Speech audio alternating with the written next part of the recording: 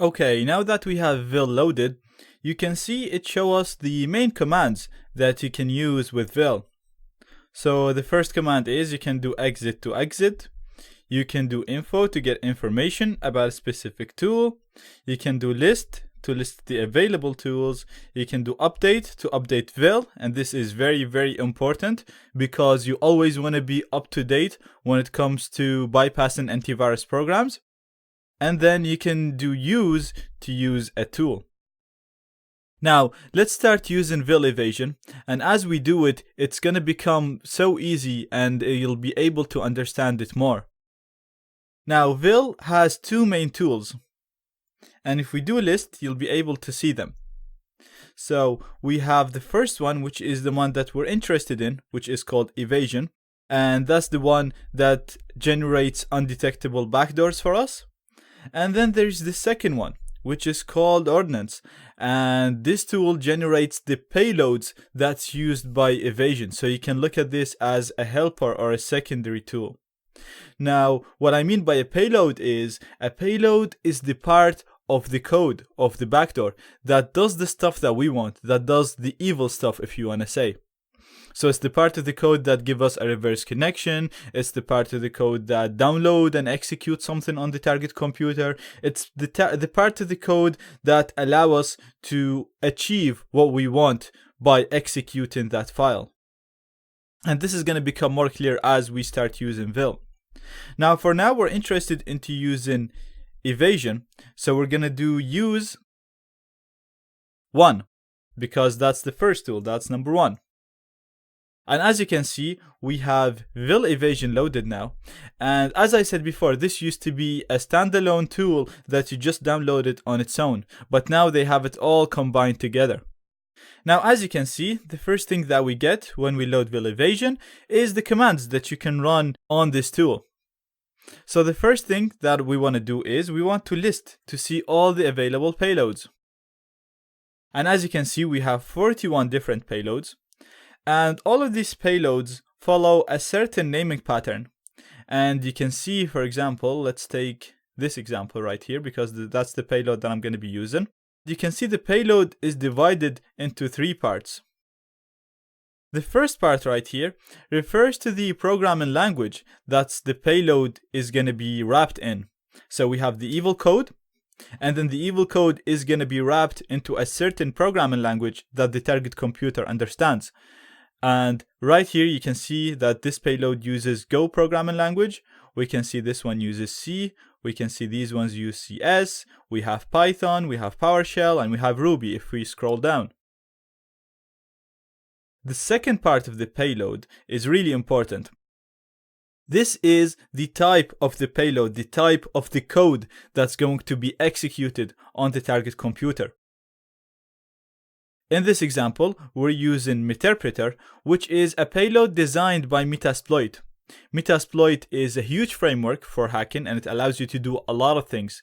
But in this lecture, we're focusing on creating a payload called Meterpreter. And what's really cool about Meterpreter is it runs in the memory and it allows us to migrate between system processes. So we can have the payload or the backdoor running from a normal process like Explorer, for example, and this payload will allow us to gain full control over the target computer. So we'll be able to navigate through the file system, download, upload files, turn on the mic, turn on the webcam, even use that computer to hack other computers, install a keylogger. You can literally do anything you can think of. And all of this will be running from the memory from a normal process on the system. So it's very hard to detect and it doesn't leave a lot of footprints. That's why it's a really, really cool payload and we'll be using it a lot. The third part of the name is the method that's going to be used to establish the connection. So in here you can see that this is called rev HTTPS. So rev stands for reverse and HTTPS is the protocol that's going to be used to establish the connection. So we can see that this payload will create a reverse HTTPS connection. You can see this one right here, for example, it creates a reverse HTTP connection. And we have this one in here that creates a reverse TCP connection. Now, what I mean by reverse is the connection is going to come from the target computer to my own computer. So I won't be connecting to the computer that I want to hack. What's going to happen is once the person double clicks the backdoor will connect back to me from the target computer.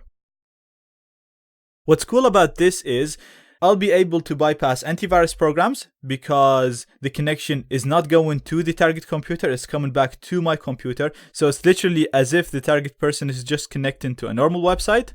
I'm going to use a port that websites use, which is 80 or 8080. So again, if the person analyzes the connection, it'll look as if they're literally just connecting to a normal website. Also, if the target computer is hidden behind a router or behind a network, again, this is going to work because the connection is coming from the target computer to me instead of me connecting to the target computer. So using a reverse connection is really, really handy. And I think this is really the only practical way of gaining access to a computer because there is a lot of things that can stop you from connecting to a certain computer. Now, this is the general naming pattern. You'll see some payloads like this one right here, which doesn't follow that general naming pattern. And basically what these payloads do, for example, you can see this one is called shellcode inject. So what it's going to do is it's going to create a payload that injects your other payload. So it's going to create a normal payload, and that normal payload injects an interpreter payload, for example. Now it does this to try to bypass more security, but usually they won't bypass more things than the normal payloads would bypass. So that's why I usually just use one of the normal payloads in here. So this is it. This is all about the payloads. Sorry I took a bit of time, but I wanted to make sure that you guys understand the naming pattern. I wanted you to understand what a payload is and the difference between a reverse and a bind and a TCP payload. This way, the rest of the course will become more clear to you, and I can just use the payload that I want without explaining what it is. Now, in the next lecture, we're going to be generating a payload, and we'll be testing it against antivirus programs.